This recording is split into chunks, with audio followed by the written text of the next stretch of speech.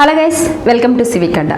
So మనకి ఇక్కడ ఒక ప్రాబ్లం ఇచ్చారండి. జాక్ అనే ఒక పర్సన్కి 45% మార్క్స్ రావడం వల్ల అతను 18 మార్క్స్తో ఫెయిల్ అయ్యారు.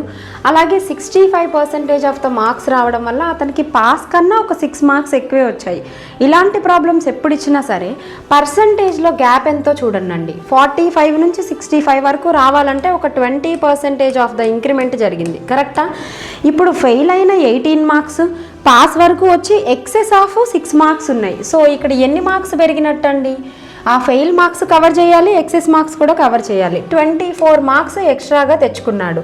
20% ఆఫ్ ద మార్క్స్ 24 అయితే మ్యాక్సిమం మార్క్స్ అడుగుతున్నారండి. ఎగ్జామ్ ఎప్పుడైనా సరే 100% ఆఫ్ ద జరుగుతుంది. సో ఆ మ్యాక్సిమం వాల్యూ ఎంత అని అడుగుతున్నారు. 20% 100% అవ్వాలంటే ఇంటూ 5 టైమ్స్ అవ్వాలండి.